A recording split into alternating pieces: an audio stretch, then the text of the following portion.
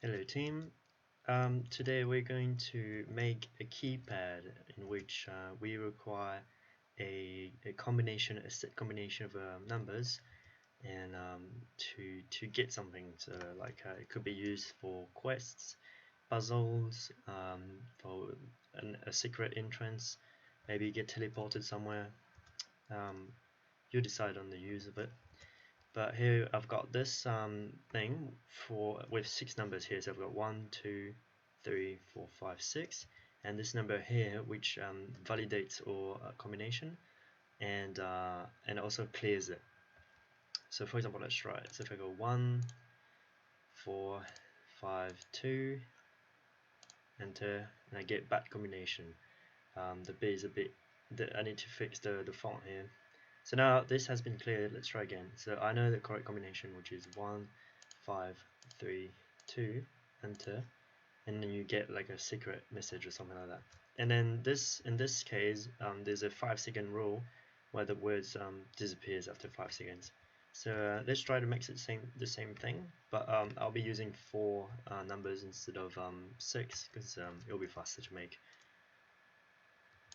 Alright, well here we go. I've got my 4 buttons here. So this is button 1 called B1, and then button 2 B2, B3 and B4, and I've got this button here which doesn't have an ID, but this is the button that's gonna have the script in it.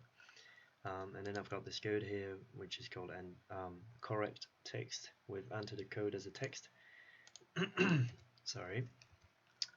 Alright, so let's go to Replit and let's define our variables. So first off, we've got parcel dot get feature by ID B1. That's the ID of our button, and then let's copy and paste that a bit everywhere. Move this B2, B3, B4, B4. Nice. Alright, so if I go, I should probably define the text as well. So parcel dot get feature by ID, and it was called correct text. Nice. Alright, so first off we need to define what our code is. So I'm going to call it correct is equal to an array which is going to include my codes. So say the correct code is 1.4.2.1 or comma 1, and then let's define another variable which is going to be code is equal to an array again 0 0 0 0. So this is where the inputs are going to be saved, and then we'll compare this one with this one. Alright, started. So what we want to do first is we want to know where in the array we are right now. So when we type as the user inputs a number, we want to know where we are in this array. For example, if we're on the second place, or third place, or fourth. So if he types 1, then we're on the first place, and we want to know where we are now. So now we are on the second place. So when he's gonna type a number for 4. Now where are we? We're on the third place. Anyway, so that's what we're going to make here. So I'm gonna make a function. That function is gonna be called has started in curly brackets. So we're defining a function called has started. We could name it something else like what position, something like that, but I'm gonna call it has started. We want to make sure that has started as an element, and then we return the element equal to 0, absolutely equal to 0. So what that does is that function will return the element for which it is equal to 0. So for example, later we'll be linking that function to code, and so we'll look within code where the first 0 is, so where the 0 is, and it will tell us the position since we're gonna go from left to right. So for example, if it's a 1 here, it's going to look for 0, it's going to find this one, then this one, but because we're going from left to right, it's going to tell us the position of that one, which is what we want. Cool. So let's start with the buttons. So on, click, event, curly brackets. Perfect. So first up, what I want to do is I want to tell the console that this is button 1 that's been clicked. And now what we do is we're going to make a variable called position is equal to code dot find index. So now we're trying to find the position of the cursor. So has started. There we go. So that's what I meant. This will give us, so that code will give us the position of where we are in code. So code find index of has started. So we'll find the index of all. Hopefully you get it. It's a bit slightly complicated to explain it all, but pretty much we're in code and we're trying to find the first 0, and so we're finding the index. Going through that function we just made, we're trying to find the index of code, like the index of the first 0 that's in code. So it's gonna give, we're gonna call that variable position. So now we're gonna use that position to set the input. So code position. So now we use position as an index. It's like those brackets will mean that we're putting an index in there, and position is going to be our index. Is equal to 1. So we're telling it that because it's button 1 at that position within the array, so in this case it's going to be the first position, we're going to set 1. Now I want to tell the console again, for debugging reasons, I want to see what's in the code in the array, so we can see the array being populated over time as we click on it. So let's copy and paste it and do the same thing for every buttons, B3, B4. So this is button 2, input 2, button 3, input 3, and button 4, input 4. Right, so we've got all buttons here. Now we want to have a way to compare the two arrays that I've got here. So you fill that one up, but that's great. Now you want to compare that with the proper code, the proper sequence. So how do we do that? Well, we'll have to make a function again. So I'm going to call it array is equal curly brackets. Right, so that's great. We've got this function and we're going to define it. So first off, we want to set an index. So I'm going to use I here as a basis, and that array, that I is going to be equal to I forgot something. So here's a function, but then we want to define arguments within that function for that function. So it's going to have I1 and array2. So when we call that function, we're pretty much going to say arrays equal code and correct. That's the array1, which is the code we entered, and correct, which is the correct sequence. So now we're going to compare the two. So here I is equal to array1 dot length.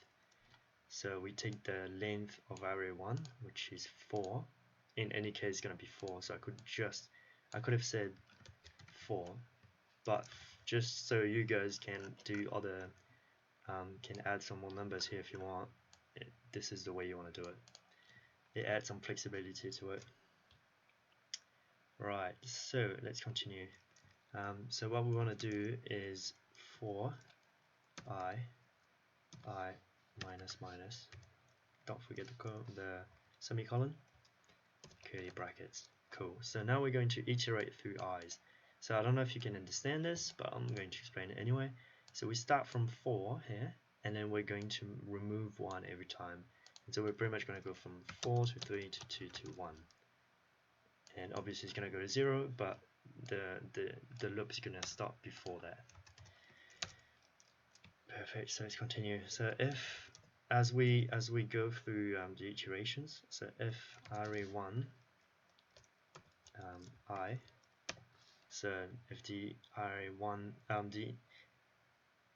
the item at position I of array1 is equal, I'm going to go with different, is absolutely different than array2 I, then return false. So what this does is we check at position I. So I'm just gonna copy those two here just for the sake of explanations. Let's remove that for now. I'm gonna comment it out. So how you comment is you go like that. So what we do here is, say we've got I of 3, so I of 3 is 2 and 0 here. We check array1 is going to be correct, for example, and array2 is going to be code. So it takes I is 3 and we're talking about array correct, so we know it's going to be 2 in this case, so 2 will replace this value. And then here we're talking about code and it's the third position. Actually I'm wrong, sorry, the explanation is right, but the I, if it's 3, then it's going to be the last value, because again it's not 1 2 3 4, it's 0 1 2 3, so the last value will be 3. So it's going to be 1 here, and then in this one it's going to be 0. So clearly those are different, and so because they are different we return false. They are not equal. So that's great. So now we can go at the end of that, press enter, and then return true. So that means that if the values that have all been the same, and so we can return true. Alright, let's delete that. Alright, so now that what do we have to do? We know that we have a click function for this button, and that button, but we do not have one for that one yet. So let's go with that. Feature dot on click e and then curly brackets. Alright, so let's start with the easy part. If arrays equal, now we put correct code. If that is equal to true, I don't have to precise. Not saying equal true is the same as just leaving it like that, because we know that this function is going to return a boolean value, a false or a true, so we don't have to precise anything. Alright, let's continue. Alright, so if it is true, then everything is fine, and we can say text set to text say good, and then if it's not correct, if it returned false, then we go text dot set text to the dots and bad. That's pretty fairly quick, isn't it? Alright, so we've got our code. So now if you run this, if you put it in there, everything should work fine. The only thing though is that it won't reset. So if you click on it and get it bad, you won't go back to 0. Same for good. The array will be incrementing again and again every time. So what we'll do is we'll set a reset function. So you go function again, reset, curly brackets, and we go code is equal to 0 0 0, and that's pretty much it. So you've got your reset function. So now you can just oops, there you go, copy and paste that reset name here, put it there, reset name here, put it there. So maybe not when it's good for now. So yeah, so when it's bad, we just reset or code array. So let's try and run that. Hopefully it works. Alright, start that in. Alright, so and now we can just refresh. Let's open the dev console. There's a few errors, but this is not due to the script. Alright, so let's see what happens. If I press 1, indeed we can see at the bottom here that we've got our array with number 1 in. Let's press 4, 3, and 2. The array is complete. Let's press enter, and we get bad. That's great. So let's see if it reset the code. So if I press 1, it went back to 10000 because I just clicked 1. So yeah. So everything works so far. So that's pretty good. What was the code? It was 1421. So if I go 1421, enter, good, and that's great. So now maybe you want to make sure there's a timer and refresh when the good part is gone. So that way, for example, if you have a secret word, like I showed you just before, like I've shown you, you want to show this for 5 seconds. We can do that. So I go set timeout, and then that little arrow, curly brackets. So we are within a function right now, and within that function we're going to set another function. So reset first, and then text dot set this. We'll call text equal to enter the code, and then here right at the end of the curly bracket you put comma and the number of milliseconds you want that code to wait for. So here it's 5 seconds for 5,000. So what that does here is it waits for 5 seconds before resetting and setting our text to enter the code. So here I could put secret word. So that secret word is going to be shown for 5 seconds. Everything is going well so far, so let's copy that and paste it into the scripting area. I'm going to close this because we know it works.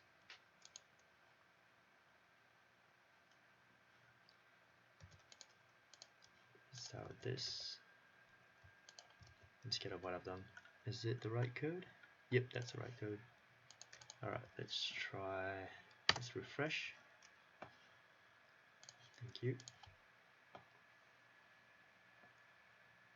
Damn, it was a bit slow to load, eh? Alright, so what was the right code again? It was 1421. So 1421. Secret word, and 5 seconds later, enter the code. There we go. We've got our beautiful keypad puzzle, and I hope you guys enjoyed it. It might have been a bit of a long video,